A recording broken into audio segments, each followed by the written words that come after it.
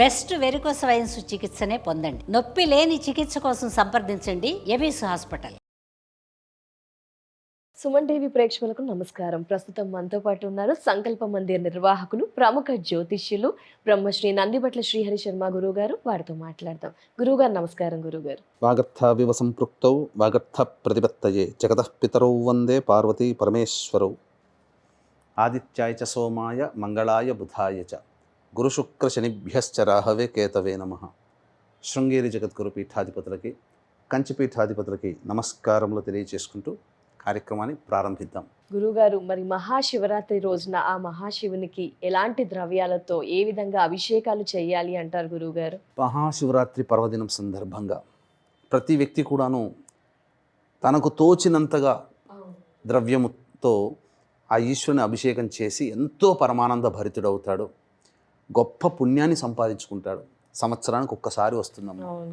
ఇంతటి మహాశివరాత్రి రోజున కొన్ని ద్రవ్యాలతో ఈశ్వరునికి అభిషేకం చేస్తే మనకు శివపురాణం ప్రకారము, శైవ ఆగమం ప్రకారము కొన్ని ద్రవ్యాలు చెప్పబడ్డాయి. మనకు తెలియకుండానే ఆ ద్రవ్యాలతో చేస్తున్నాం, కానీ తెలిసిన తర్వాత చేస్తే ఇంకా భక్తిగా చేస్తాం కదా. కాబట్టి ఇప్పుడు మనం చేసే అభిషేకాలన్నీ కూడా ఈ అభిషేకం ఈ ద్రవ్యంతో చేయడం వల్ల ఇంత ఫలితం ఉంటుందా అని చెప్పినప్పుడు ఇంకా ఎంతో భక్తి భావంతో చేసుకోవడానికి అవకాశం ఉంటుంది. కాబట్టి మనం ఇంతకుముందు వీడియోలో శివరాత్రి పూజకి సంబంధించి ఎలా మనం సిద్ధం కావాలి, శివరాత్రి రోజున మనం స్వయంగా ఇంట్లో చేసుకోగలిగితే శివలింగాన్ని ఎలా తయారు చేసుకోవాలని ఇంతకుముందు వీడియోలో తెలియజేసుకున్నాం. అలాగే ఏ ఏ సమయాల్లో శివుడికి అభిషేకం చేయాలి, ఏ మంత్రాన్ని ఉపాసన చెయ్యాలి, ఏ నైవేద్యం పెట్టాలని ముందటి వీడియోలో చేసుకున్నాం. ఇక అభిషేకం చేసేటప్పుడు వీక్షించేటువంటి సుమన్ టీవీ ప్రేక్షకులు కూడా గమనించాల్సినది, మీరు శివలింగాన్ని తయారు చేసుకుంటారు, అనేక అభిషేక జలములు ద్రవ్యములు పెట్టుకుంటారు, అభిషేకం చేస్తుంటారు. కానీ ప్రతిదీ కూడా గుర్తుపెట్టుకోండి, ప్రతి ద్రవ్యము కూడా మొదలుగా అపవిత్రమవుతుంది. నీరు తీసుకోండి, అందులో సూక్ష్మక్రిములు అవన్నీ ఉంటాయి.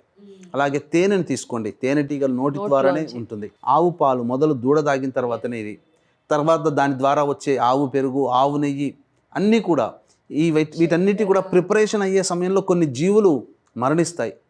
మనకు తీసుకొని వచ్చి మనం వాటితో అభిషేకం చేస్తున్నాం. కాబట్టి దోషముతో ఉన్నటువంటి పదార్థాలని దోషం లేకుండా చేసుకోవాలని అంటే అభిషేకం చేసే ముందర ఆ యొక్క అభిషేక ద్రవ్యాలన్నీ ముందరగా పెట్టి గరుడ ముద్ర వేయాలి. గరుడ ముద్ర అన్నప్పుడు ఈ ఎడమ చేయి ఇలా, కుడి చేయి ఇలా, బొటన వెళ్ళి రెండింటిని ఇట్లా కలిపి ఇది గరుడ ముద్ర. ఆ అభిషేక ద్రవ్యాలకి ఇలా చూపించాలమ్మా, ఇలా చూపించాలి గరుడ ముద్ర. సాధారణ రోజుల్లో కూడా ఇలా చేసుకోవచ్చు. సాధారణ శివరాత్రి కాబట్టి మనం అందరికీ తెలియాలి ఈ యొక్క సంబంధించి, ఇది చాలా సాధారణంగా చేసేటువంటిది తప్పు. ఈ తప్పుని మనం సరిదిద్దుకోవాలి. ఇక ఏ ఏ ద్రవ్యాలతో అభిషేకం చేయాలి అనేటప్పుడు వీక్షించేటువంటి సుమన్ టీవీ ప్రేక్షకులు కూడా గమనించాల్సినటువంటిది, 15వ తారీఖు మహాశివరాత్రి. ఈ సందర్భంగా సాయంకాలం 7-8 గంటలకి కాశీ విశ్వేశ్వరుని దేవాలయ ప్రాంగణ సమీపంలో మీ యొక్క సంకల్పం నెరవేరడం కోసం రుద్రపారాయణాలు, రుద్రాభిషేకం జరిపించడం జరుగుతుంది. 15వ తారీఖు సాయంత్రం 6 గంటల లోపల మీరు స్క్రీన్పై కనిపిస్తున్న నెంబర్కి కాంటాక్ట్ చేసి మీ గోత్రనామాదులు నమోదు చేసుకోవచ్చు.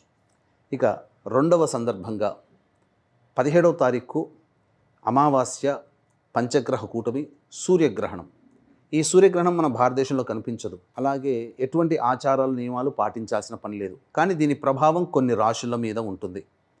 కాబట్టి ఈ కుంభరాశిలో ఏర్పడుతున్నటువంటి గ్రహణం వల్ల వృషభ, మిథున, కర్కాటక, సింహ, తుల, వృశ్చిక, మకర, కుంభమీన రాశిలో జన్మించినటువంటి వారికి ఈ గ్రహణ దోష నివారణార్థమై చండీ హోమము, మృత్యుంజయ, రుద్ర, సుదర్శన, సుబ్రహ్మణ్య, కాలభైరవ, అలాగే శనిదోష నివారణ పూజలు, హోమాలు అనేటివి మధ్యాహ్నం 3 గంటలకి ప్రారంభమవుతాయి. నమోదు చేసుకున్న వాళ్ళకి శక్తిపాతం చేసినటువంటి కరంగొలి మాల ఇవ్వడం జరుగుతుంది. కాబట్టి 17వ తారీఖు మధ్యాహ్నం 1 గంట లోపల మీ గోత్రనామాలు నమోదు చేసుకోవచ్చు. అవకాశం ఉంటే ఈ 2 కార్యక్రమాల్లో ఏదైనా ఒక కార్యక్రమంలోనైనా కానీ కనిపించే నెంబర్కి కాంటాక్ట్ చేసి నమోదు చేసుకోవచ్చు. ఇక శైవాగమము, శివపురాణం ప్రకారం ఏ ఏ ద్రవ్యాలతో అభిషేకం చేస్తే ఎటువంటి ఫలితం వస్తుందో మనం తెలుసుకుందామమ్మా. మనకు చెప్పబడినటువంటిది మనకు గమనిస్తే, ఆవు పాలతో అభిషేకం చేస్తే సర్వ సౌఖ్యాలు కలుగుతాయి. ఆవు పెరుగుతో చేస్తే ఆరోగ్యము, బలము, యశస్సు కలుగుతుంది. ఆవు నేతితో చేస్తే ఐశ్వర్య వృద్ధి కలుగుతుంది. మెత్తని పంచదారతో చేస్తే అంటే మనం టీ కాఫీలో వాడే పంచదార కాదమ్మా, నవబోద్ గడ్డ, మిశ్రీ గడ్డ అంటారు. వాటిని దంచి పొడి చేసి మెత్తగా చేసి అది నీటిలో కలిపి ఆ నీటితో అభిషేకం చేయాలి. చేస్తే సమస్త దుఃఖములు నశించిపోతాయని శాస్త్రం. తేనెతో అభిషేకం చేస్తే తేజస్సు పెరుగుతుంది. అలాగే చెరుకు రసంతో అభిషేకం చేస్తే, ఈ చెరుకు రసంతో అభిషేకం చేసి ఎర్ర జిల్లేడు పుష్పాలని అర్చిస్తే ఉద్యోగము, పదవి కోల్పోయింది అన్నీ కొత్త ఉద్యోగము అన్నీ లభిస్తాయి, ధనాభివృద్ధి అవుతుంది. కొబ్బరి నీళ్ళతో అభిషేకం చేస్తే సంపదలు వృద్ధి చెందుతాయి. అలాగే భస్మాన్ని, విభూతిని నీటిలో కలిపి అభిషేకము చేస్తే మహాపాపములన్నీ తొలగిపోతాయి. అలాగే సుగంధములు అంటే పరమేశ్వరునికి అత్తరు, సెంట్ అంటారు, ఇది చాలా ఇష్టమట. అందుకే ఇప్పటికీ కూడా కాశీక్షేత్రంలో శివలింగానికి అభిషేకం చేసిన తర్వాత అలంకరణ చేసే ముందుగా అత్తరుని చక్కగా రుద్దుతారు అభిషేకంగా. ఈ అత్తరు అభిషేకం చేస్తే ఏంటనంటే పుత్రలాభం కలుగుతుంది, సంతానవంతులు అవుతారు. అలాగే ఇంట్లోంచి బయటికి వెళ్ళిపోయిన కొడుకులు ఉంటారు, కనబడరు, అటువంటి వాళ్ళకి ఈ అత్తరు అభిషేకం చేస్తే మళ్ళీ తిరిగి వస్తారు. ఇలా పుష్పోదకం అంటే పుష్పములను కలిపి అభిషేకం చేస్తే భూలాభం ఉంటుంది. అంటే భూలాభము అని అంటే ఏంటి, మనము భూమి కొనుక్కోవాలనుకుంటాం, ఏది సరైన దొరకదు. కాబట్టి మన శక్తికి తగ్గట్టుగా భూమి దొరుకుతుంది, ఇల్లు దొరుకుతుంది, అపార్ట్మెంట్ మనం కొనుక్కోగలుగుతాము. ఇవన్నీ కూడా, లేదా మనం అమ్మదలుచుకున్నాం, చాలా తక్కువ ధరకి పోతుంది. ఈ పూలని కలిపిన నీటితో కనుక అభిషేకం చేస్తే మనకు తగ్గ రేటు మనకు లభిస్తుంది. ఇక బిల్వ దళములతో అభిషేకము చేస్తే, బిల్వ దళాన్ని నీటిలో వేసి ఆ నీటితో అభిషేకం చేస్తే భోగభాగ్యాలు అభివృద్ధి అవుతాయి. దూర్వము అంటే గరిక, గరికను తీసుకొచ్చి కాకుండా గరిక అంచున బిల్వదళం లాగానే, మారేడు ఆకులాగానే 3 ఆకులాగా ఉంటాయి, ఆ 3 అలాగే ఉండాలి.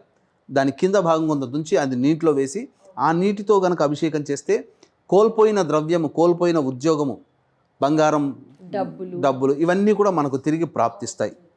ఇక నువ్వుల నూనెతో అభిషేకం చేస్తే అపమృత్యు దోషాలు, అలాగే బాలారిష్ట దోషాలు, మృత్యు దోషాలు తొలగిపోతాయి.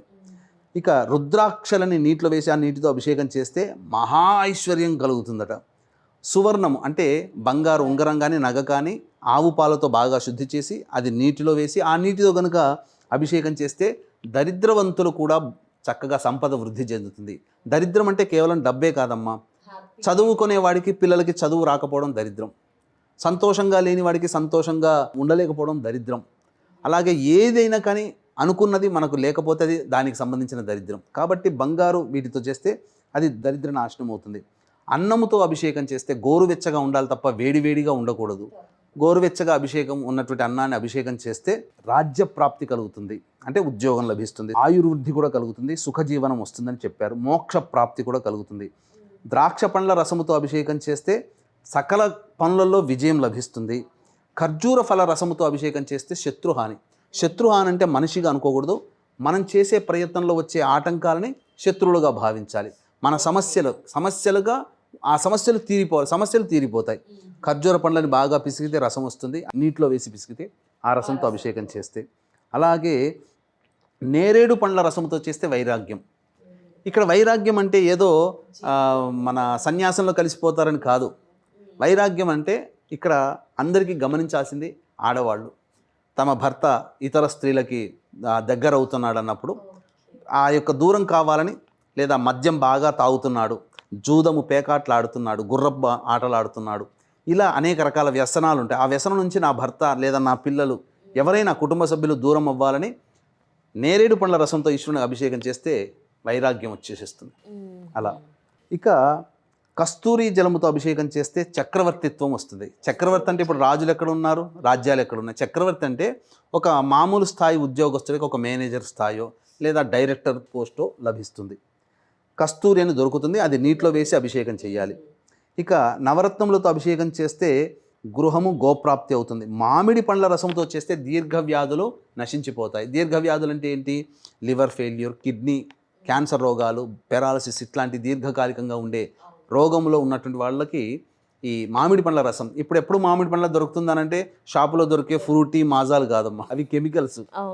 బయట ఫ్రూట్ మార్కెట్లో టిన్లు దొరుకుతాయి, చక్కగా మామిడి పండ్లు ఒరిజినల్గా దొరుకుతాయి రసము.